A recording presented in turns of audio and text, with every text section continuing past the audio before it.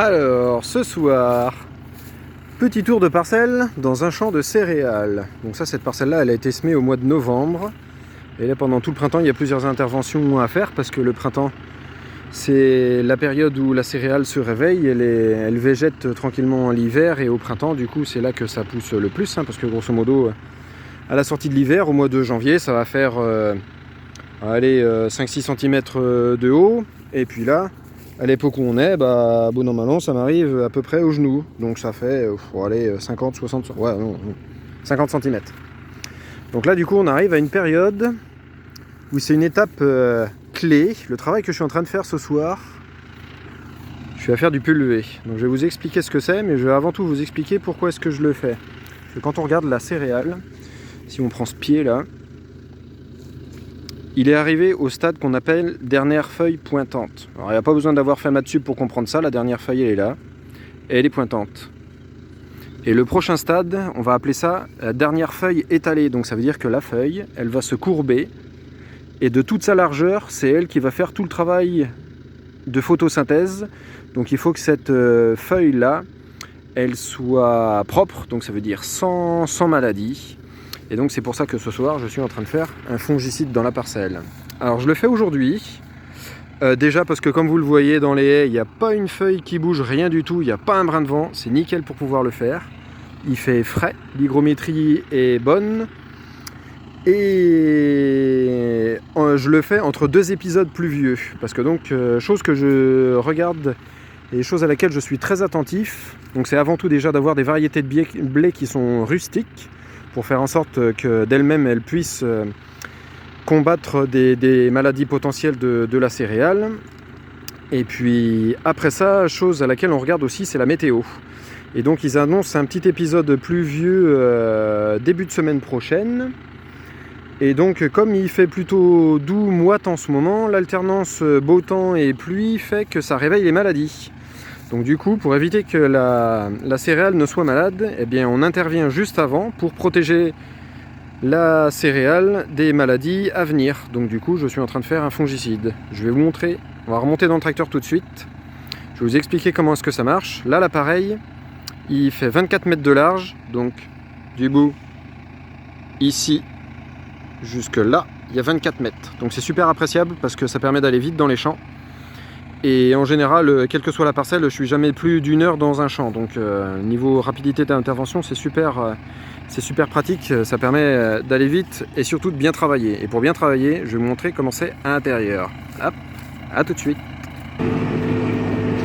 Donc je suis remonté dans la cabine, c'est parti, on avance. Toujours pareil. Tracto travail avec le PC juste à côté de moi. Et donc dessus, sur le PC, vous voyez, il y a plusieurs couleurs. Donc en vert, c'est l'espace global, et en marron, ce que vous voyez, c'est la zone que je suis en train de tracer avec le pulvé qui se trouve derrière.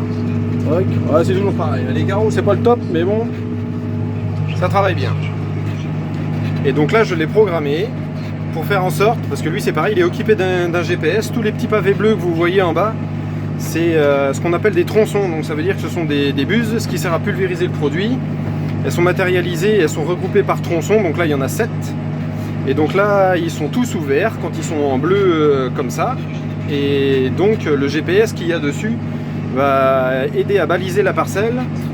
Et il va faire le boulot tout seul quand le champ sera bouclé.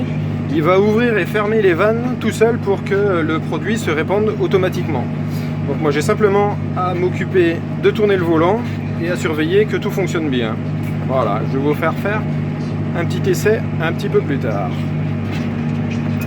Alors, donc j'ai avancé dans le champ, donc là vous voyez ça change encore de couleur puisque là du coup ça passe en bleu. Et donc là je vais arriver dans le bout du champ et le GPS dans le triangle va faire son travail. Vous voyez, il est en train de fermer les fameux tronçons au fur et à mesure. Hop là, ça secoue là. Que je passe dans le champ, vous voyez progresser d'ailleurs le tracteur. Et tous les tirets bleus là où il s'arrête, et ben c'est tout simplement parce qu'il a coupé.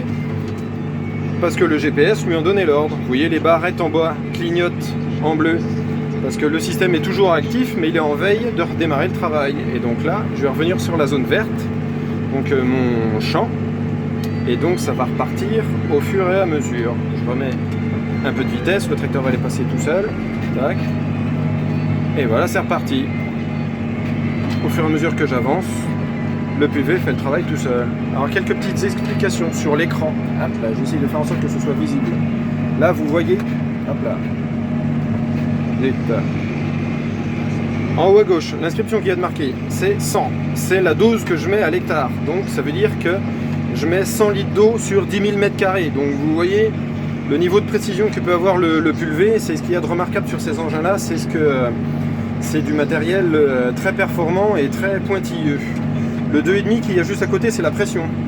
Parce que toutes les buses sont très fines et l'objectif de la buse, c'est de faire une gouttelette pour qu'elle se colle sur la feuille et qu'elle ne ruisselle pas, surtout pas.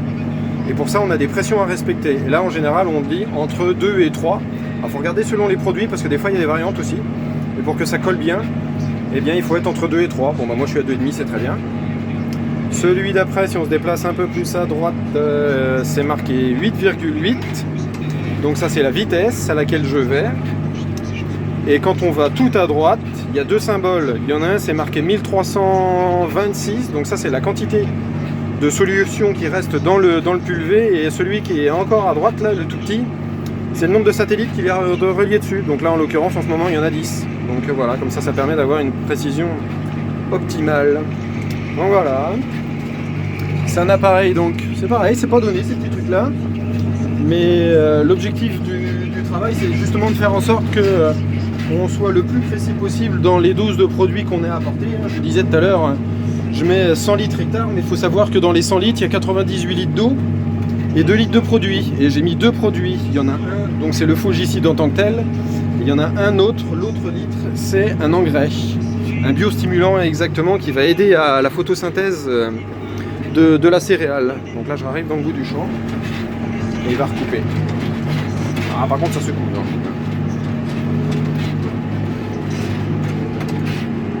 Tac. Et puis quand je vois le passage, je repasse dedans. Et c'est reparti. Alors du coup là, c'est de semoir qui a fait les deux traînées de roues là qu'on voit, parce que c'est un endroit où ça n'a pas été semé, donc comme ça dans la végétation ça permet de se repérer du premier coup d'œil. Et autrement on a aussi la barre de guidage, puisque en voyant à l'écran on arrive à voir si on respecte ou pas les 24 mètres de l'appareil. Voilà, bon comme ça vous saurez tout sur les pulvés. Voilà, bonne soirée, bonne nuit, à bientôt.